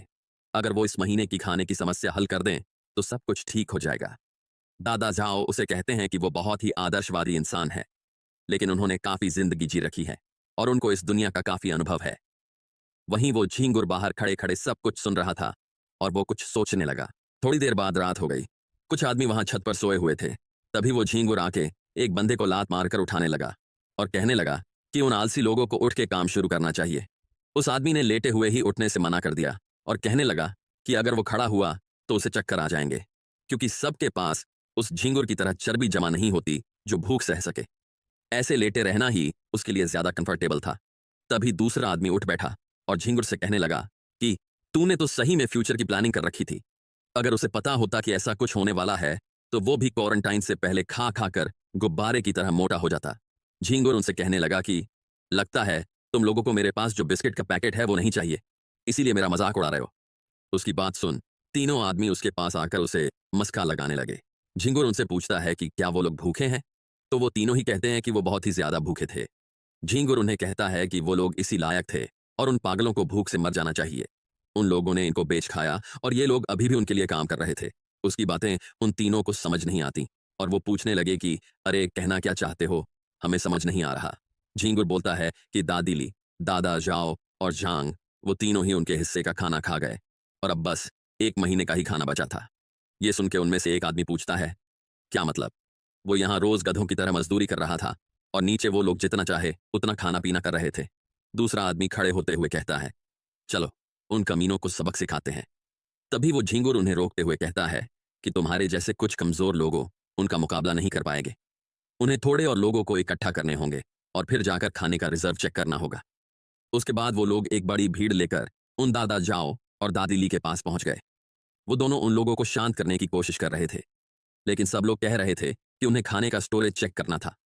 क्या उन लोगों ने उनके हिस्से का खाना चुराया था? उन दोनों के पास लोगों को शांत कराने का कोई तरीका नहीं था। तभी वहां जांग आ जाता है। भीड़ में से एक आदमी ने पूछा कि सब लोग कह रहे हैं कि तुम लोगों ने हमारे हिस्से का खाना खा लिया है, इसलिए हम सच्चाई जानने के लिए खाने का स्टोरेज चेक करना चाहते हैं। जांग कहता है कि वो समझ सकता है कि वो लोग ऐसा क्यों कर रहे थे, लेकिन सबसे पहली बात ये कि उसने या तो दादा जाओ या दादी ली किसी ने भी एक्स्ट्रा खाना नहीं लिया था। वो सब बस झूठ है। बिना रिश्तेदारों के दो बूढ़े लोग कितना ही खाना खा लेंगे। और जहां तक रही बात उसकी, तो जो लोग उसे जानते हैं वो उसके बिना समझाए ही समझ जाएंगे। भीड़ में से एक आदमी कहता है कि हाँ, जांग कई बार भूख की वजह से बेहोश हो जाता था, उन्होंने वो देखा था। जांग आगे बताता है कि यह सच है कि उन्होंने जितना उन लोगों को बोला था उतना खाना नहीं है स्टोरेज में, क्योंकि उसने ही दादा जाओ और दादिली को झूठ बोलने के लिए कहा था ताकि सब लोग शांत रहे। उसे डर था कि कहीं सच जानने के बाद लोग एक दूसरे को मारना ना शुरू कर दें। उसे यकीन है कि वो लोग उसकी बात समझ पाएंगे। जांग की बात सुनकर सब लोग सोच में पड़ गए, लेकिन वो झिंगुर अपना प्लान फेल कैसे होने देता। वो आगे आकर चिल्ला के कहता है कि जांग उन्हें इस तरह कुछ बातों से बहला नहीं सकता। किसको यकीन होगा उसकी बातों पे? क्या वो उन्हें बच्चा समझता है? सारा खाना उनके हवाले कर दो, अब से तुम उसकी देखभाल नहीं करोगे। तभी एक आदमी ने आकर उसके मुंह पे पंच मार दिया और कहने लगा कि साले सुअर कहीं के एहसान फरामोश कमीने, अगर जांग नहीं होता तो अब तक तू प्यास से मर जाता। और इसी तरह उन सब लोगों में लड़ाई हो जाती है। कोई किसी के बाल खींच रहा था तो कोई किसी का मुंह नोच रहा था। वो झिंगुर ने उस आदमी को जमीन पे पटक दिया। तभी जांग ने चिल्ला के उन्हें लड़ाई बंद करने को कहा। उसकी आवाज सुनकर सब लोग उसकी तरफ देखने लगे। जांग ने कहना जारी रखा कि वो लोग कई सालों से पड़ोसी रह चुके थे, तो इस तरह लड़ने की कोई जरूरत नहीं थी। उन्हें एक दूसरे को समझने की कोशिश करनी चाहिए। लेकिन अब जब कुछ लोगों को अपने हिस्से का खाना वापस ही चाहिए तो ठीक है, वो लोग अपने हिस्से का खाना ले जा सकते थे। लेकिन इससे पहले वो उन्हें वार्न करना चाहता था कि अगर उनका खाना खत्म हो गया और उन्होंने छत पे लगे आलू के स्प्राउट खाना शुरू किया तो उन्हें उसके मुक्कों का सामना करना होगा। उसकी बात सुन के वो मोटा और कुछ आदमी वहां से चले गए। ऐसे ही रात हो गई। वो सारे लोग एक जगह पर इकट्ठा हो गए। उनमें से एक आदमी झिंगुर से पूछता है कि उसने उन सबको यहाँ इकट्ठा क्यों किया था। उस मोटे ने बोलना शुरू किया कि वहां जमा सब लोग स्मार्ट थे, क्योंकि उन्होंने अपने हिस्से का खाना ले लिया था। सबको पता था कि आज दिन में नीचे क्या हुआ। जांग ने सबके हिस्से का खाना ले लिया और ऐसे नाटक किया कि वो निर्दोष है। वो उनकी बेइज्जती कर रहा था। ये थोड़ा सा खाना उन्हें कितने ही दिनों तक चलेगा। जांग ने यह बात पक्की कर दी थी कि वो उन्हें भूख से मारना चाहता था, तो ऐसे धीरे धीरे मरने से अच्छा है कि वो उन पे हमला कर दे, जबकि वो सतर्क नहीं थे। वो आदमी ने पूछा कि तुम्हारे कहने का मतलब क्या है? मोटा बताता है कि बात साफ थी, उन्हें वो खाना चाहिए, या तो वो लोग रहेंगे या हम। हमें उनको मारने का ये मौका खोना नहीं चाहिए। उसकी बातें सुन के सब लोग सोच में पड़ गए। उन्हें ऐसे देखकर झिंगुर उन्हें कायर कहता है और पूछता है कि क्या कोई तुम्हें मरने को कहेगा तो तुम मर जाओगे? वो आदमी बताता है कि बात ऐसी नहीं थी। वो इसलिए हिचकिचा रहे थे क्योंकि उनके पास मुश्किल से 10 या 12 लोग थे। वहीं नीचे उनसे कहीं ज्यादा लोग थे। उसके जवाब में मोटा कहता है कि भले ही उनके पास ज्यादा लोग हों, लेकिन उनमें से ज्यादातर लोग या तो बहुत छोटे थे या तो बहुत बूढ़े, और ऊपर से वो लोग भूख की वजह से ठीक से चल भी नहीं पा रहे। हम लोग जब अपने हिस्सा का खाना खा लेंगे तो हमारी ताकत बढ़ जाएगी, और उसके बाद हम उन पे सरप्राइज अटैक करके सब कुछ हथिया लेंगे। ये तो जाहिर था कि इस हमले में कौन जीतेगा। उसकी बात सुन के वो आदमी तैयार हो गया और कहने लगा कि उसने बिल्कुल सही बात कही, बिना लड़े मरने वाला मर्द मर्द नहीं हो सकता। दूसरे आदमी ने कहा कि जांग उन लोगों पे बेरहम था, इसलिए अब अगर हम उन पे बेरहमी करें तो उन्हें शिकायत नहीं होनी चाहिए, इसलिए मैं भी तैयार हूं। इस तरह एक के बाद एक सब लोग तैयार हो गए। उनमें से एक आदमी खड़ा होकर कहता है कि उसका पेट दर्द कर रहा था, इसलिए वो बाथरूम जा रहा था। लेकिन तभी अचानक झींगुर ने उसकी पीठ में चाकू गोप दिया और कहने लगा कि तुझे इस समय बाथरूम जाना है, तू पक्का हमारे प्लान की खबर जांग तक पहुंचाना चाहता है। सब लोग ये देखते ही रह गए और वो आदमी वहीं ढेर हो गया। फिर मोटा उस चाकू को चाटते हुए कहने लगा कि सब लोगों को अपनी लॉयल्टी प्रूफ करने के लिए इस बंदे को चाकू मारना होगा, और इसमें भी वो पहले वाला आदमी ही सबसे आगे था। उसने कहा कि वो इसके लिए तैयार था, और फिर उसने मोटे के हाथ से चाकू लेकर उस बंदे को मार दिया। ये देखकर वो झींगुर पागलों की तरह हंसने लगा। इसके बाद वो सब लोग अपना प्लान एग्जीक्यूट करने के लिए नीचे चले आए, और जाते ही उन्हें एक बच्ची मिल गई। वो झींगुर से कहती है कि देखो अंकल, मेरे पास फूल है। मोटा बोलता है कि तुम एक अच्छी बच्ची हो, लेकिन तुम गलत समय पे इस दुनिया में आ गई। और ऐसे ही उन्होंने एक के बाद एक सारे लोगों को मारना शुरू कर दिया। तभी जांग वहां आ गया। वो बहुत गुस्से में था और उसने हाथ में कुल्हाड़ी पकड़ी हुई थी। वो मोटे को कमीना कहते हुए भाग के उसकी तरफ जाने लगा। मोटा उसे मारने की कोशिश करता है, लेकिन जांग ने उसे डॉज कर लिया और उसके पेट में जोरदार लात दे मारी। तभी पीछे से दूसरा बंदा उस पर हमला करता है, लेकिन जांग उससे भी बच गया और उसने उस आदमी के सर में कुल्हाड़ी दे मारी। वो बंदा वहीं गिर के खत्म हो गया। ऐसे ही जांग ने कुछ और लोगों को भी मार गिराया। झींगुर के साथ साथ बाकी लोग भी ये देखकर डर गए। वही जांग गुस्से से उसे मारने के लिए आगे बढ़ रहा था। तभी मोटे ने अपने पास वाले आदमी को देखा और उसे पकड़ के अपने आगे कर दिया। इससे जांग की कुल्हाड़ी उस बंदे को जा लगी और मोटे ने उसकी आड़ में जांग पर हमला कर दिया। ऐसे ही काफी सारी चोटों के बाद जांग घायल होकर गिर पड़ा। वो उनसे पूछने लगा कि वो लोग इतने पत्थर दिल कैसे हो सकते थे। उन लोगों के भी पेरेंट्स होंगे और ऐसे लोग होंगे जिनकी वो परवाह करते हो। अभी कोई उन्हें भी मार रहा होगा। कुछ लोग उसकी बात सुनकर सोच में पड़ गए, लेकिन मोटे को इस बात से कोई फर्क नहीं पड़ता। वो उन लोगों से कहता है कि इसकी बकवास मत सुनो, क्योंकि इस दुनिया में सिर्फ ताकतवर लोग ही जिंदा रह सकते हैं। और फिर वो सबको एक साथ जेंग पर हमला करने के लिए बोलता है, और ऐसे ही उन लोगों ने जेंग को खत्म कर दिया। इसके बाद उस मोटे और उसके साथियों ने कई लोगों को मार डाला। उन्होंने सारे छिपे हुए लोगों को भी पकड़ लिया, जिनमें मर्द औरत बूढ़े बच्चे सब थे, और उन्होंने उन लोगों को बिल्डिंग से नीचे फेंक दिया ज़ॉम्बीज का खाना बनने के लिए। लेकिन मोटे के साथियों का भी अंत कुछ अच्छा नहीं था। उसने उन सब लोगों को भी एक दूसरे के खिलाफ भड़का के मरवा दिया, और इन सब के अंत में बस ये मक्कार फेई ही बिना सजा भुगते जिंदा था। इसी तरह उस औरत ने अपनी बात खत्म की। उसके बाद लियांग को एक टॉर्च मिली। वो उस टॉर्च को उठाकर कमरे को देखने लगा। वो इतना सारा सामान देखकर सरप्राइज था। वो औरत उसे बताती है कि उसके हस्बैंड ने जो भी चीज उन्हें काम की लगे वो सारी यहाँ इकट्ठी कर रखी थी, ताकि जरूरत पड़ने पर वो काम आ सके। लियांग वहां से एक दूरबीन उठाता है और उसे अपने गले में टांग लेता है। फिर वो एक रस्सी लेकर फेई को बांधने लगा, और उसे बांधने के बाद लात मार के उठाने लगा। इससे फेई होश में आने लगा। वो उठते ही लियांग के आगे गिड़गिड़ाने लगा और कहने लगा कि ये बस एक मिसअंडरस्टैंडिंग है। लियांग ने उसके बाल पकड़ के चाकू दिखाते हुए कहा कि अगर उसने अपनी जुबान बंद नहीं की तो वो उसे वहीं मार डालेगा। झींगुर ये सुनकर तुरंत ही चुप हो गया। फिर लियांग ने झींगुर की पेंट का टुकड़ा काटकर उसी के मुंह में डाल दिया। इसके बाद वो श्याओ और उस लेडी को देखने लगा और जाकर वो सलिया श्याओ के हाथ में पकड़ा दिया। लियांग ने उसे उस मोटे को मारने से मना किया, क्योंकि वो अभी भी काम आ सकता था। श्याओ उसकी बात मान जाती है और फिर जाकर उस झींगुर को पीटने लगती है। वो लेडी भी उसके साथ ही झींगुर को पीटने लगी। वही लियांग बैग को देखकर खुश हो रहा था। वो उस बैग में खाने पीने का सामान भरने लगा और साथ ही खुद भी उसे खाने लगा। इसके बाद वो दूरबीन लेकर खिड़की के पास चला आया। उसने पर्दा हटाया और दूरबीन की मदद से सामने की ओर देखने लगा। वो वहां किसी बिल्डिंग को देख रहा था, खासकर उसमें से एक घर को। वो घर देखकर उसकी आंखों में आंसू आ गए। तभी पीछे से श्याओ आकर उसे पानी देती है। लियांग उससे ग्लास लेकर पानी पीने लगा। श्याओ उससे पूछती है कि मिस्टर, क्या आप अपने घर को देख रहे थे? लियांग कहता है कि वो अपने नहीं बल्कि अपने पेरेंट्स के घर को देख रहा था। उसका उनसे क्वारंटाइन के बाद कोई संपर्क नहीं हुआ, इसलिए उसे नहीं पता कि वो अभी कैसे हालात में है। फिर श्याओ पूछती है कि क्या आप अपने पेरेंट्स के पास जाने का प्लान बना रहे हो? उसकी बात सुनकर लियांग ने दुखी होकर अपना मुंह नीचे कर लिया और कहने लगा कि नहीं, वो अपने पेरेंट्स के घर नहीं जा रहा, क्योंकि उसकी बेटी अभी घर पर थी और उसे खाना और पानी की जरूरत थी, तो अभी वो वापस अपने घर जाएगा। तभी अचानक शाओ लियांग के पीछे देखकर अपनी मां को ऐसा करने से मना करने लगी। यह सुनकर लियांग भी साइड हट गया, जिस वजह से उस औरत का निशाना चूक जाता है। लियांग उसकी गर्दन पकड़ लेता है और अपना चाकू उसे मारने के लिए उठाता है। यह देखकर उस औरत ने डर से अपनी आंखें बंद कर लीं। शाओ भी रोते हुए लियांग से ऐसा ना करने को कहती है। उसकी बात सुनकर पहले तो लियांग थोड़ा हिचकिचाता है, पर फिर उसने उस औरत को छोड़ ही दिया। वो कहने लगा कि अब जबकि कोई कानून नहीं रहा, तो उसे समझ नहीं आ रहा था कि ज़ॉम्बीज़ ज्यादा खतरनाक हैं या इंसान। यह सुनकर उस औरत ने सलिया छोड़ दिया और रोने लगी। वो अपने मुंह पर हाथ रखकर रोए ही जा रही थी। वो बोलती है कि उसे यकीन नहीं करना था कि इस दुनिया में अभी भी अच्छे लोग बचे थे और वो उन्हें कुछ नुकसान नहीं पहुंचाएगा। उसके हस्बैंड ने लोगों पर बहुत यकीन किया, जिसकी कीमत उन्हें अपनी जान से चुकानी पड़ी और उसे भी काफी कुछ झेलना पड़ा। जांग ने उससे उनकी बेटी का ख्याल रखने को बोला था, लेकिन उसके जैसी कमजोर औरत ऐसे हालातों का सामना कैसे कर सकती है। उसकी बात सुनकर लियांग सोच में पड़ गया और फिर कहने लगा कि जितने भी लोग अब तक जिंदा थे, उन सब ने काफी ज्यादा तकलीफें सही थीं। भूख और जीने की चाह के आगे इंसानियत कमजोर पड़ जाती है, लेकिन उनके पास फिर भी चुनने का हक था। उसने भी पहले उन दोनों को मारने का सोचा था, लेकिन उसने उन पर यकीन किया, जिसकी उसे अभी लगभग बड़ी कीमत चुकानी पड़ी। लेकिन फिर भी उसे इस बात का कोई अफसोस नहीं। अगर ऐसी मौत से भरी दुनिया में वो अपने दिल को सूरज की रोशनी से नहीं नहलाएंगे, तो जिंदा होने के बावजूद भी उन बाहर घूम रहे ज़ॉम्बीज़ और उनमें क्या ही अंतर रह जाएगा। उसके हस्बैंड ने भी कुछ ऐसा ही सोचा होगा, इसीलिए उन्होंने यकीन किया। लियांग की बात सुन के वो औरत और भी ज्यादा रोने लगी और श्याओ को गले लगा के पुराने पल याद करने लगी।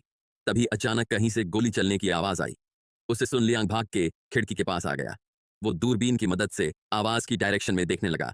वही सामने वाली बिल्डिंग पे लोग भाले और गोलियां चलाते हुए एक दूसरे को मरने को बोल रहे थे। तभी कोई आदमी खड़ा होके अजीब सी गन से गोली चलाने लगा।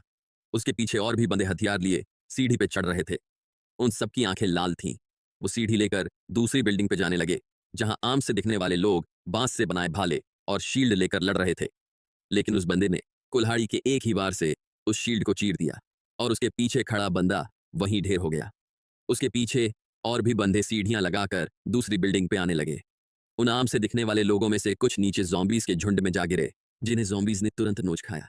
वो पहले वाला आदमी फिर से गन में गोली लोड करने लगा और फिर उसने सामने वाली बिल्डिंग पे एक और बंदे को शूट कर दिया। वही कोई दूसरा बंदा लाइटर की मदद से मोलोटोव जला रहा था। उसने पूरा जोर लगा के वो मोलोटोव सामने वाली बिल्डिंग पे फेंक दिया, जो कि जाकर सीधा उन आदमियों के पास ही फटा, पर वो शील्ड की वजह से बच गया। लेकिन उसकी शील्ड और कपड़े जलने लगे थे। तभी पीछे से एक औरत कपड़ा लेकर आई और उसकी मदद से उसने आग बुझा दी। उन्हें देखकर लियांग चौंक गया, क्योंकि वो और कोई नहीं बल्कि उसके पेरेंट्स थे। उसकी आंखों में आंसू आ गए और उसे उन हमलावरों पर बहुत गुस्सा आ रहा था। लेकिन तभी एक आदमी ने उन लोगों पर बड़ा सा जाल फेंक दिया और लियांग के पेरेंट्स उस जाल में फंस गए। वो लोग आकर उन्हें डंडे और लातों से मारने लगे, जिससे लियांग के पापा अपनी वाइफ को प्रोटेक्ट करने लगे। ये सब देखकर लियांग ने गुस्से के मारे अपने दांत पीस लिए। उन लोगों ने दूसरी बिल्डिंग पे सबको बंदी बना लिया था। तभी वहां पर कोई लाल कोट पहने आदमी आ गया, जो कि उनका बॉस लग रहा था। उसने अपने चेहरे पर मास्क लगा रखा था। वो लोग बिल्डिंग्स के बीच में रस्सी बांधकर लोगों को उससे लटका के दूसरी तरफ भेज रहे थे और दूसरी तरफ कुछ लोग उन्हें पकड़कर नीचे ले जा रहे थे। लियांग ये देख के गुस्से और डर के मारे कांप रहा था। वो लेडी उससे पूछती है कि क्या उसके पेरेंट्स वहां थे, क्या वहां पर लोग खाने के लिए लड़ रहे थे। लियांग बताता है कि वो लोग इंसानों को पकड़ रहे थे। उसकी बात सुनकर वो औरत चौंक गई और पूछने लगी कि क्या इसका मतलब वो लोग कैनिबल्स थे। वही लियांग ने अपना मन बना लिया था। वो केयर से माफी मांगता है, क्योंकि उसे अब घर जाने में थोड़ा और टाइम लगेगा। और इतना बोल के वो अपना बैग उठाने लगा।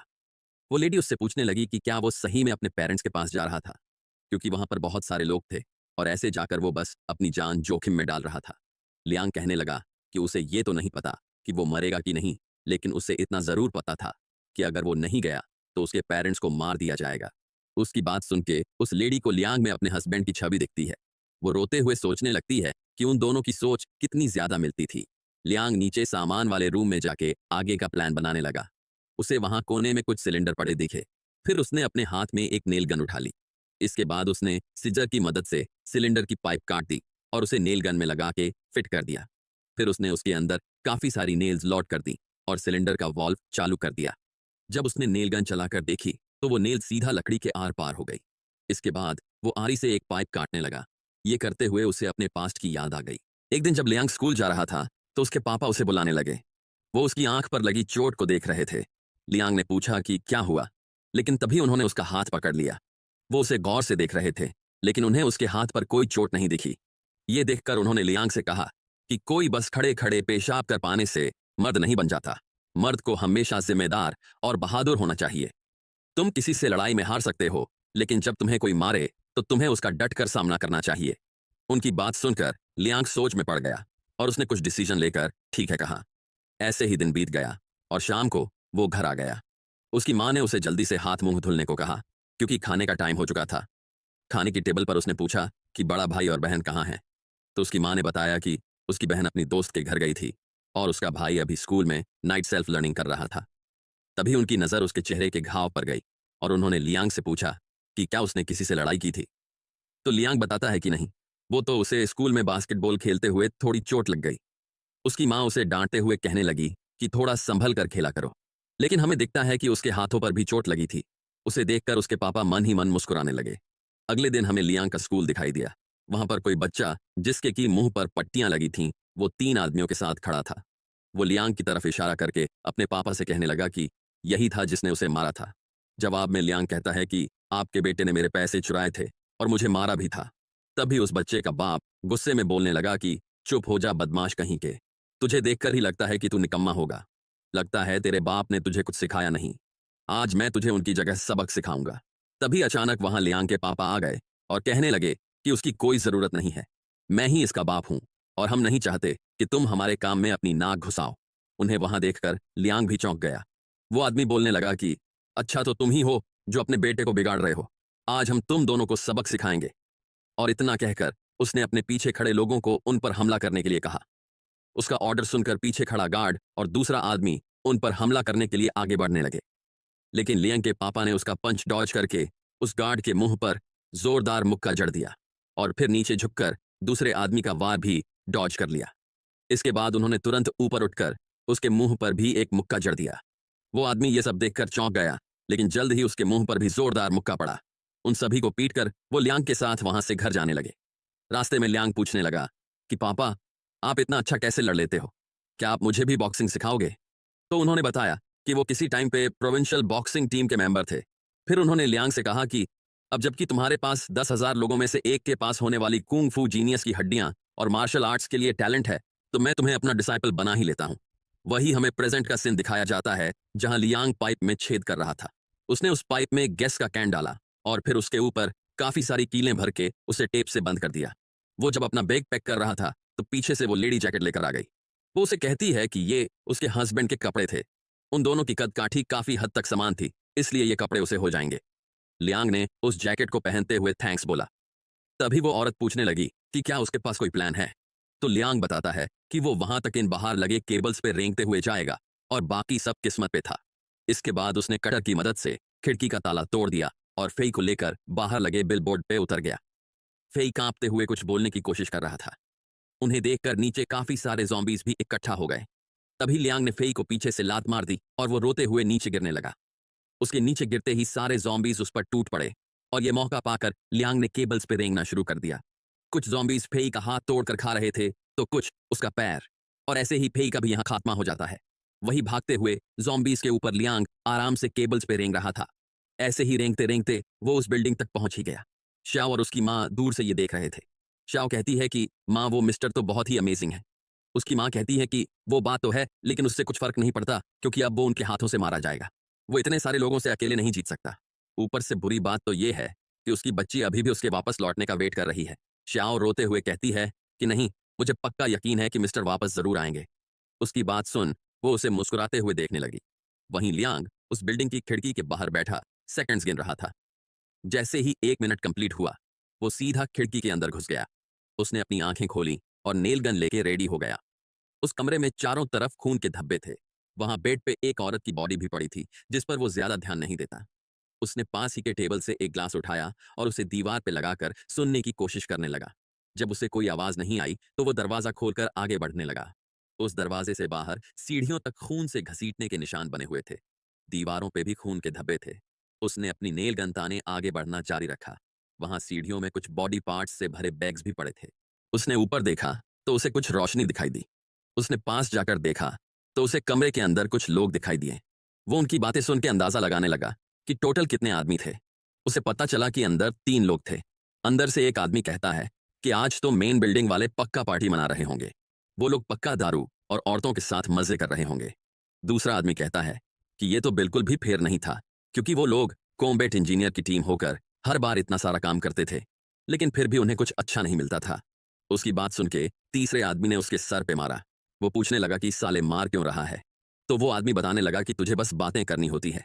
आज के हमले में असॉल्ट टीम के 3 लोग मारे गए, और तुम्हें पता है कि जो लोग ज्यादा घायल हुए हैं उनके साथ क्या होने वाला है। क्या तुम ये चाहते हो कि मैं बॉस से बात करके तुम्हें असॉल्ट टीम में भेज दूं? ये सुन के वो आदमी कहता है कि अरे अरे बिल्कुल नहीं, मुझे तो यहीं रहना पसंद है, मैं तुम लोगों को छोड़ के नहीं जा सकता। उसकी बात सुन के बाकी के दोनों भी हंसने लगे। वो उसे कमीना कह के हंसने लगा, लेकिन तभी वहां खड़े हुए आदमी की नजर लियांग पर पड़ी। पर वो कुछ कर पाए उससे पहले ही लियांग ने अपनी नेल गन से उसके सर और छाती में नेल्स मार दी। उस आदमी के गिरते ही उसने बाकी के दोनों पे भी नेल्स मारना चालू दिया, जो कि उनके सर और हाथों में जाकर लगी। उनका ध्यान भटका हुआ पाकर उसने अपना चाकू सीधा उसके गले पे मार दिया। तभी वो पहले आदमी ने गुस्से से हथौड़ा उठा लिया और चिल्लाते हुए उसको मारने आने लगा, लेकिन तभी लियांग ने अपने चाकू से उसका वार रोक लिया और नेल गन उसके मुंह में डाल के चला दी, और फिर उसने चाकू से उसे भी मार दिया। अब तीसरा बंदा अपने जान की भीख मांगने लगा, लेकिन लियांग ने उसे भी खत्म कर दिया। इसके बाद वो कमरा चेक करने लगा, और तभी उसकी नजर वहां रखे चौथे ग्लास पर गई। उसे देख वो चौकन्ना हो गया और उसने अपनी नेल गन कबर्ड की ओर तान दी। वो कहने लगा कि जो भी अंदर हो वो बाहर आ जाए। तभी अंदर से एक बच्चा बाहर निकला। बाहर निकलते ही वो अपने घुटनों के बल बैठ गया और बोलने लगा कि अगर मुझे मारना ही है तो गन से मारो प्लीज, चाकू से मत मारना। लियांग उससे पूछता है कि अभी तुम लोगों ने जिनको बंदी बनाया वो लोग कहां पर है, उनको कहां कैद कर रखा है। वो लड़का उसे बताता है कि छत पे एक ब्रिज है जो कि मेन बिल्डिंग से कनेक्ट होता है। वो लोग वहीं दूसरी मंजिल पर कैद हैं। उसे जवाब पाकर लियांग ने उसके सर पे गन तान दी और पूछने लगा कि उसकी एज क्या है। वो लड़का बताता है कि 14 साल। ये सुन लियांग सोच में पड़ गया और फिर उसे बांधने लगा। उसे ऐसा करते देख उस लड़के ने पूछा कि वो उसे मार क्यों नहीं रहा। उसकी बात सुन के लियांग कहता है कि जिंदा रहने के लिए अपनी पूरी कोशिश करना गलत नहीं है, लेकिन उसे कभी भी अपनी इंसानियत नहीं छोड़नी चाहिए। अब तुम अपने खुद के हाल पे हो। इतना कह के वो निकल पड़ा। वो सीढ़ियों से ऊपर की तरफ जाने लगा, लेकिन वो हाथ में नेल गन पकड़े हुए बहुत ही सतर्क होकर आगे बढ़ रहा था। वो दरवाजे की आड़ में खड़े होकर देखने लगा, पर उसे वहां कोई नहीं दिखा। इसलिए वो बाहर निकल के अपनी गन ताने इधर उधर देखने लगा। वहीं श्याओ, जो कि ये सब दूर से देख रही थी, वो बोलती है कि मम्मी, वो मिस्टर छत तक पहुंच गए, और उसकी माँ भी उसकी बात में हामी भरने लगी। लियांग छुपते छुपाते आगे बढ़ने लगा। थोड़ा आगे जाकर उसे वो ब्रिज दिखाई दिया।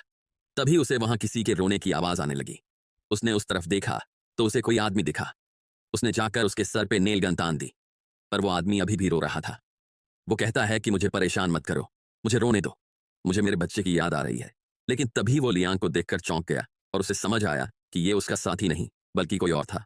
वो अपना हथियार निकल के चिल्लाते हुए पूछता है कि साले तू है कौन। लेकिन लियांग ने उसे बिना कोई मौका दिए नेल गन से मार दिया। इसके बाद वो उस बंदे का कपड़ा लेने लगा और उस बंदे को नीचे फेंक दिया। फिर उसने कपड़े से अपनी नेल गन कवर कर ली। अब वो ब्रिज क्रॉस करने लगा। उसने जब नीचे देखा तो उसे कई सारे ज़ॉम्बीज दिखाई दिए। उसे सामने की बिल्डिंग से गानों की आवाज भी आ रही थी। अब वो मेन बिल्डिंग तक पहुंच गया था। वो सीढ़ियां उतर के नीचे जाने लगा। तभी उसे 2 परछाई दिखाई दी। वो आराम से उनकी तरफ बढ़ने लगा। उसने अपनी नेल गन रेडी करके रखी थी, लेकिन वो दोनों उसे नहीं पहचान पाए और लियांग उनके पास से निकल आया। वो दोनों अभी भी अपनी बातों में लगे हुए थे, जिसे देख उसकी सांस में सांस आई। अंदर कई सारे लोग गाने और लाइटों के बीच मजे कर रहे थे। वहां एक जनरेटर रखा हुआ था, जिसकी मदद से काफी लोग अपना मोबाइल चार्ज करते हुए गेम खेल रहे थे। तो इस पार्ट को अब हम यही खत्म करते हैं। अगर आप इस झिंगुर के लिए कुछ शब्द लिखना चाहते हो, या फिर आपके पास मेरी फ्यूचर वीडियोस के लिए कोई सजेशन है, तो आप नीचे कमेंट सेक्शन का यूज कर सकते हैं। और क्या लियांग अकेले इतने सारे लोगों के बीच अपने पेरेंट्स को बचा पाएगा या नहीं, ये जानने के लिए इस चैनल को सब्सक्राइब करके बेल आइकॉन दबा दें, ताकि इस कहानी का नेक्स्ट पार्ट आपसे मिस ना हो।